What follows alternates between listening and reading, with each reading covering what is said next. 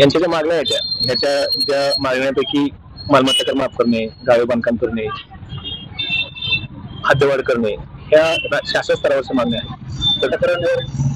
तर ह्या शासन स्तरावरच्या ज्या मागण्या आहेत त्या शासन स्तरावरती आम्ही त्या बाबतीत तसा प्रस्ताव तयार करून वरिष्ठ पातळीवर पाठवणार आहोत.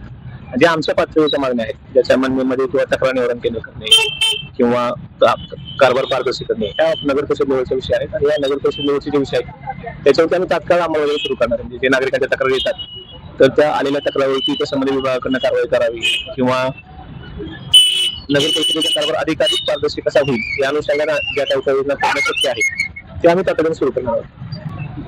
त्यावेळेस सर इथं आले आणि आम्ही म्हटलं की आम्ही 5 दिवस आले इथं बसलो. मग तुम्हाला कसं काय समजलं? ते म्हटलं की आमच्याकडे निवेदन पोहोचलंच नाही.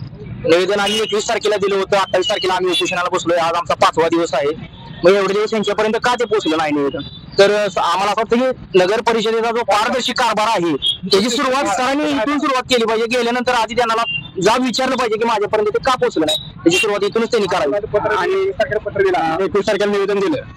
त्यानंतर 28 तारखेला बसतो म्हणून आम्ही सांगितलं. त्या 8 दिवसात मिळेल ना. आज 5 दिवस झाल्यावर सुद्धा यांना मिळेल. आम्हाला म्हणतो तुमचं रागा नाही. कधी कळलं साहेब तुम्हाला? हे आम्हाला काल पत्राने दिलेलं की आता पंढरपूरमध्ये किंवा आता पाऊस पडलेला आहे तर तिथं बाजारपेठेमध्ये गेल्यानंतर तिथं व्यवस्थित पद्धतीने रस्ता नाही किंवा बाहेरून येणारे लोक असतील किंवा स्थानिक लोक आहेत तिथं भाजी मंडळाला गेल्यानंतर बरेच प्रॉब्लेम आहेत. त्याची काही त्याला थोडी कारवाई कारण की फार महत्वाचा विषय आहे. मला कळलं नाही. बाहेर तिथं गाड्या बांधून कट्टे बांधून गाडी बांधून देणार तिथं सगळं पाऊस पडले चिखल होतो.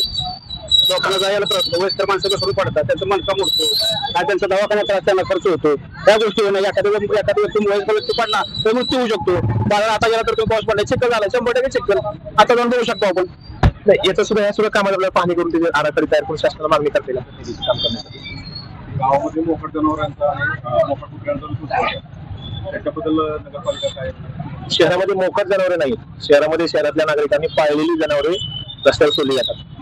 त्याच्यावरती पालखीमध्ये नगर परिषदेने कारवाई केली, परंतु इथल्या स्थानिक नागरिकांची किंवा त्या गृह मालकांची मानसिकता वेगळी आहे. आणि नगरपालिकेने धरल्यानंतर ती सांभाळा तुम्ही 10 महिन्यावर परत आमच्याकडे आणून द्या.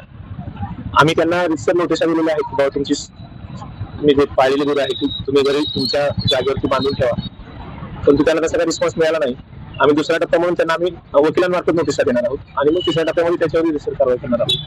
कारण कर्मचाऱ्यांना भांडणं करणे, त्यांना अंगावर जाणे अशा काही गोष्टी त्या मोकट नाही जनावरांच्या मालकाकडनं झालेले दिसून येतात. तर हे टाळण्यासाठी आम्ही त्याच्यावरती नियमानुसार रितसर जाणार आहोत. मोकट कुत्र्यांचं एवढं मोठं टेंडर निघतं वर्षातून एकदा, पण कधीच मोकट कुत्रे पकडताना गाडी त्यात जास्त अभ्यास केला तर हायकोर्टात सुप्रीम कोर्टाच्या आदेशानुसार मोकट कुत्र्यांना पकडून दुसरीकडे शिफ्ट करू शकत नाही असे कोर्टाचे निर्णय आहे. त्यांचं निर्विजीकरण करून त्यांना त्याच ठिकाणी सोडावं असं मान्य सुप्रीम कोर्टाचे आदेश आहे. आणि त्यानुसार आपण त्याचं निर्विजीकरण करून तिथंच सोडावे लागतं. आपण त्यानुसार आपण तशी कारवाई आपण बऱ्यापैकी पालखीमध्ये सुद्धा निर्विजीकरण करून सोडलेले आहेत. जेणेकरून चावलं तर त्याचं म्हणजे त्याची ग्रोथ होऊ नये आणि त्याचा त्रास होऊ नये असं त्या निर्विजीकरणाचं काम आपण केलं आहे. परंतु निर्विजीकरण करण्यासाठी सुद्धा असे शहरातले काही बरेचसे ग्रुप आहेत की ते काम करू देत नाहीत, त्याला आडवे येतात. म्हणजे काही असे लोक आहेत की त्यांना ते सांभाळतात, खायला देतात, त्यांच्यावरती करतात. परंतु त्यांची आम्ही मानसिकता बदलून बऱ्यापैकी आम्ही पालखीच्या निर्विजीकरणाचं काम केले. आम्ही यांना हे जे आंदोलन आहे ते आंदोलन थांबवा अशी त्यांना विनंती करतोय. तर हे पत्र दिल्यानंतर तुम्ही आता हे 4-5 दिवस चालू असलेलं जे आंदोलन आहे तुमचं ते तुम्ही स्थगित करणार आहात का? जे आम्हाला आता शिवसाहेब भेटले त्यांच्यानंतर चर्चा केली. त्यामध्ये काही त्या गोष्टी आमच्या 6,000 गाड्या मागण्यासाठी प्रस्ताव तयार करून शासनाकडे पाठपुरावा करण्याची त्यांनी मान्यता केलेली आहे. भाजी विक्रेत्यांना गाड्या बांधण्यासाठी त्या काय प्रस्ताव लागेल त्यासाठी त्यांनी मान्यता घेतलेली म्हणजे मान्यता प्रस्ताव तयार करून पुढे पाठवण्याची त्यांनी विनंती करतो म्हणजे शिफारस करू.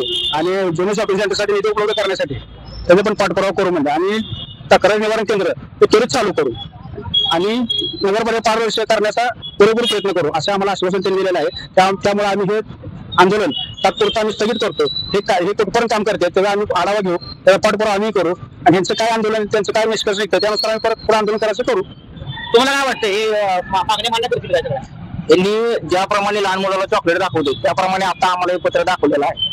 तर या पत्रामधलं त्यांनी जे लेखी स्वरूपामध्ये आम्हाला पत्र दिलेलं आहे त्यामध्ये जर मागण्या व्यवस्थितरित्या पूर्ण नाही केल्या तर नगरपालिका चंद्रभागा नदी, छत्रपती शिवाजी महाराज चौक, पंढरपुरातील जे काही चौक आहेत प्रत्येक ठिकाणी आम्ही जाऊन आमचे आंदोलन मोठ्या प्रमाणात वाढवू. तुमचं काय मत आहे? आम्ही जे 7 मागण्या केल्या या मागण्या जर आमच्या पूर्ण नाही केल्या तर आम्ही ह्यासाठी मोठं जनजागृती करून जन आंदोलन उभा करू आणि त्यातनं जरी समजा याने करण्याचा प्रयत्न जर नाही केला तर आम्ही प्रत्येक चौकात आमचा जे हक्क आहे सामान्य लोकांचा हक्क तो आम्ही तिथं दाखवून देऊ चौकामध्ये की बाबा यांचा कारभार कसा चालतो ते आम्ही ते कशा पद्धतीने दाखवून आता जस्ट आले होते त्यावेळेस त्यांच्या बोलण्यात आलं की आम्हाला पत्र मिळालं नाही तुमचं ते मला अगोदर 4-5 दिवस झालं तुम्हाला पत्र दिले तर आम्हाला म्हणजे तुमचं पत्र दाखवा मला सांगा आम्ही पत्र दिलेलं असून आंदोलनाचे आम्ही 5 दिवस झाले बसलोय तरी सीओ साहेब जर जागृत होत नसतील तर आम्ही याबद्दल आमचं एकच म्हणणं आहे की 5 दिवस झालं आम्ही आंदोलन करून यांना कळालं नाही आणि त्याच्या अगोदर 4-5 दिवस झालं आम्ही पत्र दिले त्यांना तरी त्यांनी आत्मपरीक्षण करावं की पारदर्शक कारभार आहे का नाही त्याचं त्यांनी स्वतः परीक्षण करावं.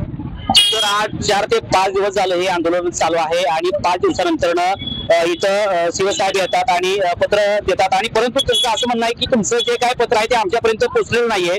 जर एखादा अधिकारी प्रत्येकाच्या ऑफिसमध्ये नसतो कुठल्या त्या कामानिमित्त तो गेलेला असतो तो त्या ऑफिसमध्ये राहणार ज्याच्या ऑफिसमध्ये असणारे जे काही कर्मचारी असतात त्या कर्मचाऱ्यांनी साहेब किंवा ते सीओ आल्यानंतर ते पत्र द्यायला पाहिजे होतं किंवा त्यांच्यापर्यंत पोहोचवायला पाहिजे होतं. पोहोचवलं की नाही पोहोचवलं हे माहित नाही परंतु आज या ठिकाणी सीओ आल्यानंतर असे म्हणतात की पत्र मला आज भेटलेलं आहे उशिरा भेटलेलं आहे त्याच्यामुळे आज उशिरा या ठिकाणी आलेलो आहे आणि जे काही आंदोलन करणारे आहेत ते त्यांचं असं म्हणणं आहे की आम्ही हे पाठपुरावा करू आणि जर यांनी आमच्या मागण्या पूर्ण नाही केल्या तर प्रत्येक चौकामध्ये आणि ह्याच्यापेक्षा तीव्र आंदोलन मोठ्या प्रमाणात जन आंदोलन करण्याची त्यांची तयारी आहे आणि हे आंदोलन इथं त्यांनी तात्पुरतं स्थगित केलेलं आहे.